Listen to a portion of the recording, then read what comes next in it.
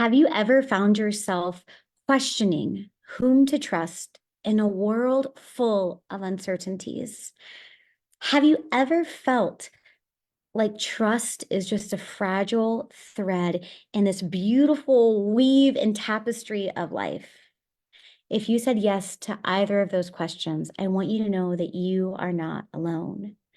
Trust can be a difficult thing in a world of second guessing, of what ifs, of should haves. No wonder so many of us have such a tug of war relationship with trust. Not only that, but if we really do think about trust as a delicate tapestry of life that's woven together through threads of vulnerability, assurance, safety, and security, as beautiful as that tapestry can be, those threads can feel extremely difficult.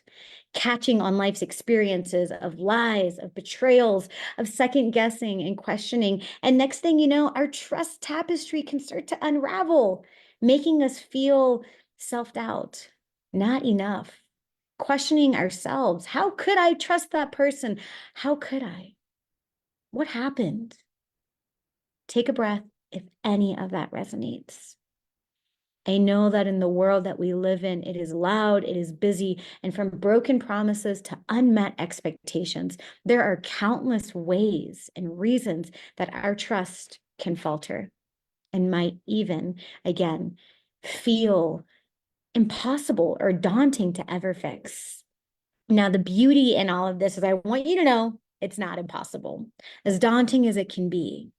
And the goal of this Thursday Tickle is to share with you two easy and tactile things you can start doing today to build inner trust. Because that's a beautiful thing about trust. Trust is such an extension of ourselves, of our own truth. And I know we don't live in a world that teaches us that.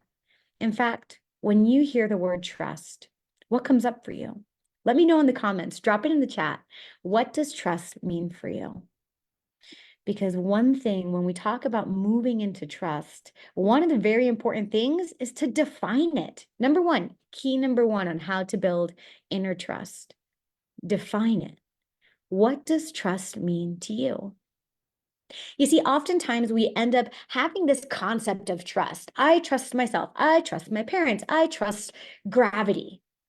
But we never really dive into what our authentic version of trust is. Because the truth is, women of wisdom and Instagram, trust varies. Your version of trust is going to be different than mine.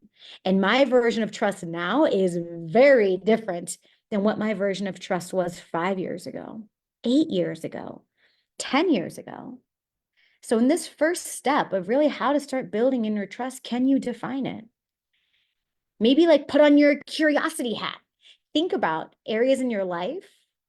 What does trust mean to you? Look it up. Check it out. What does internet say about it? What does Merriam-Webster dictionary? What are your friends? Start opening up the doors of your own authentic trust, because when you know what trust is, when you know what it means to you, it is so much easier to start moving towards something when you have an idea and a concept of it. Nothing can be more frustrating than putting all of this effort of vulnerability, of assurance, of truth, of deep knowing, safety, security into this beautiful tapestry and woven thread of trust, only to realize after all of that hard work, it's not yours. It's someone else's version of trust that you're wearing and wrapping yourself up with.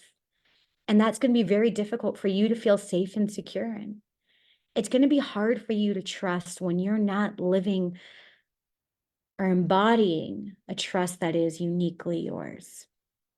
For example, when I think of what trust means to me, trust is, and I wrote it down, so give me a, trust to me is a deep feeling of knowing and safety. It goes beyond feeling secure. It's the safety and security in ourselves. It's being able to lean in on our own truth and knowing, to know that we have our own backs no matter what life throws. Trust is our inner compass and foundation. To extend our trust to others still stems from the trust that I cultivate within myself. If the extension of my trust falls short or fails, I still stand strong in my trust, in my truth, because my wellspring of trust is eternal and limitless. So take a moment and breathe into that. Maybe you get to use that as a little bit of a stepping stone in your definition of trust, asking yourself questions. How does trust resonate with truth? How does it connect with me? Again, building inner trust can be such a difficult journey, but I promise it doesn't have to be if you can take it one step at a time.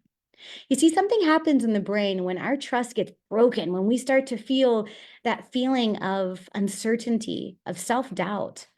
Some things can kind of accompany that, not just in the mind and our mindset, but in our brain. From a neurological standpoint, our brain starts to get triggered. We don't feel safe. We go into survival. And next thing you know, we're in that constant state of fight, flight, or freeze. You might notice that you're holding your breath. You tense things up a little bit more. You see, the physiological reaction of our brain shows that it's not merely a matter of emotion, of me trusting emotionally, but it's a fundamental aspect of our brain wiring, our neurological wiring. Trust goes so much more than just an emotion or a betrayal or an experience. It is a deeply interwoven, integrated experience of our essence. So again, for that first step, can you define trust? What does it mean to you? And can you start taking one baby step towards it? But I'll tell you more about that later. And the second thing, this is the final thing I want to share with you, because when it comes to building inner trust, it can be a beautiful adventure. And if I throw a bunch of resources at you right now, it's not going to feel safe in the nervous system. And like we just spoke about, trust isn't just an emotional concept. It's the neurological, it's the brain, it's the body, it's the nervous system. So taking it one step at a time. So now that you've been able to define trust, can you find trust in your body? See, I'm an embodiment and somatic practitioner, so you know I'm going to be more than just talking at you. I'm going to invite you to move and discover where trust and truth lie in you. When you think about a time in your life where you have felt trust, that deep resonance of trust, does a part of your body wake up or activate?